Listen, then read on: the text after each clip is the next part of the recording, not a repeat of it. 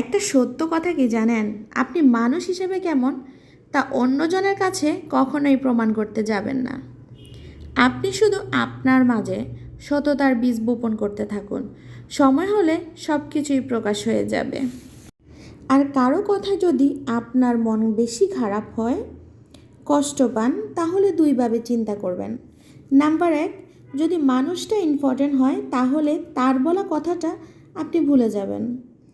আর যদি কথাটা ইম্পর্ট্যান্ট হয় তাহলে ওই মানুষটাকে চিরজীবনের জন্য মন থেকে মুছে ফেলবেন। আসসালামু আলাইকুম, কেমন আছেন সবাই? আশা করি সবাই ভালো আছেন। আমি আয়শা চলে আসলাম নতুন আরও একটি ব্লগ ভিডিও নিয়ে। আমি প্রতিদিনই আপনাদের সাথে আমার রান্নার ভিডিও শেয়ার করি। আজও তার ব্যতিক্রম নয়, আমার রান্নার ভিডিওগুলোই আপনাদের সাথে শেয়ার করব। আজকে কিন্তু সকাল থেকে অনেক গরম ছিল, তাই আমি ডিসিশন নিলাম কি রান্না করব। আজকে আমি রান্না করব মাছ ফ্রাই, তারপর হচ্ছে জালি কুমড়ো দিয়ে ডাল দিয়ে সবজি, আর হচ্ছে করলা ভাজি, যেটা আসলে গরমের দিনে খুবই মজার। কিন্তু আমার রান্না যখন প্রায় শেষ, তখন দেখি আকাশে এত মেঘ। তখন ভাবলাম কেন যে আজকে ভুনা খিচুড়ি খেলাম না। যাক, যেটা আমার রিজিকে আছে সেটা অবশ্যই আমি খাবো। আর আমি এখানে মাছগুলোকে ভেজে নিচ্ছি অন্য চুলায়, আর এই পাশে আমি জালি কুমড়ো বসিয়ে দিচ্ছি। প্রথমে ডালগুলোকে ধুয়ে নিয়েছি, তারপর আমি এক এক করে জালি কুমড়োগুলো দিয়ে দিয়েছিলাম। জালি কুমড়ো কিন্তু আমি অফ ক্যামেরায় ধুয়ে কেটে একদম পরিষ্কার করে নিয়েছি। তারপর এক এক করে আদা রসুন বাটা, জিরার গুঁড়ি, ধনিয়ার গুঁড়ি, লবণ, হলুদের গুঁড়া, মরিচের গুঁড়া দিয়ে আমি এখন ঢাকনা দিয়ে ঢেকে রাখবো। এটা আস্তে আস্তে হতে থাকুক, আমি এদিক দিয়ে আমার মাছ ফ্রাইটা আপনাদেরকে দেখিয়ে নিচ্ছি। কেমন হয়েছে অবশ্যই বলবেন। মাছ ফ্রাইটা সবাই করতে পারে। আমার মেয়েরা এই সবজিটার সাথে এভাবে মাছ ফ্রাই খেতে খুবই পছন্দ করে, তাই আমি এভাবে রান্না করছি।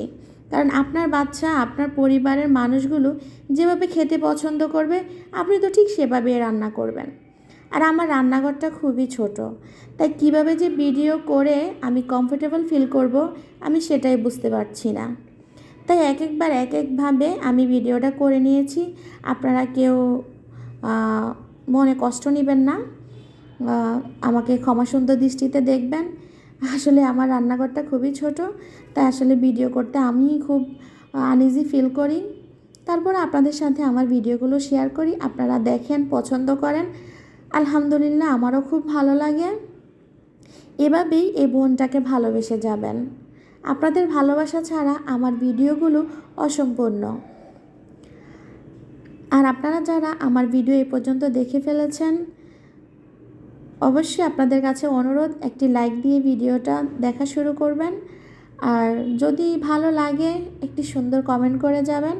আর যদি একটু বেশি ভালো লেগে যায় তাহলে সাবস্ক্রাইব করে পাশে থাকতে পারেন। আপনার যখন সময় হবে আমার ভিডিওটা দেখে নিতে পারেন। আমি এখানে আমার উস্তাবাজিটা বসিয়ে দিয়েছি। ফ্রাই প্যানে প্রথমে তেল দিয়ে দিয়েছি, তারপরে আমি একদম কুচি কুচি করে করলা আর আলুটাকে কেটে নিয়েছি। তারপরে এখানে ধুয়ে আমি রেডি করে রেখেছিলাম সেটা এখন দিয়ে দিয়েছি। আর পেঁয়াজ কুচি, রসুন কুচি আর কাঁচামরিচ কুচিটা দিয়ে দিয়েছি।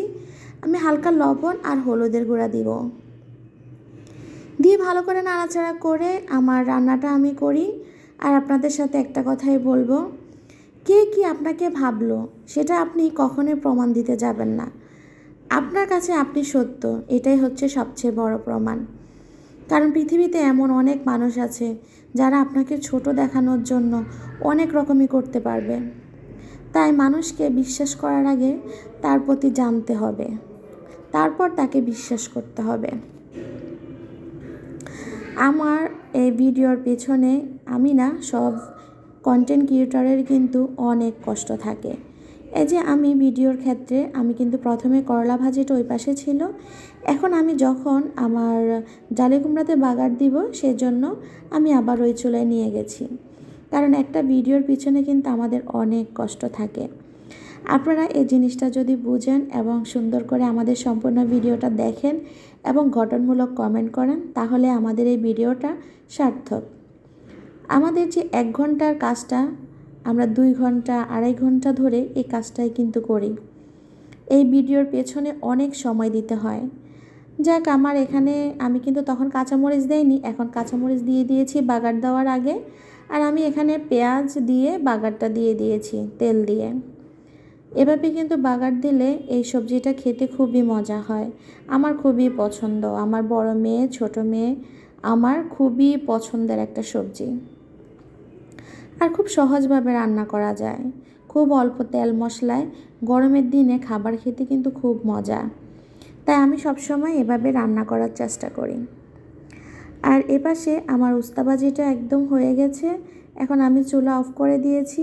তারপর বিকালের নাস্তায় এখানে নারকেল ছিল, আমার বড় মেয়ে নারকেল ভেজে নিয়েছে। তারপর আমরা সবাই একসাথে বসে গরম গরম নারকেল খাচ্ছি, আর বাইরে একদম মেঘলা আকাশ।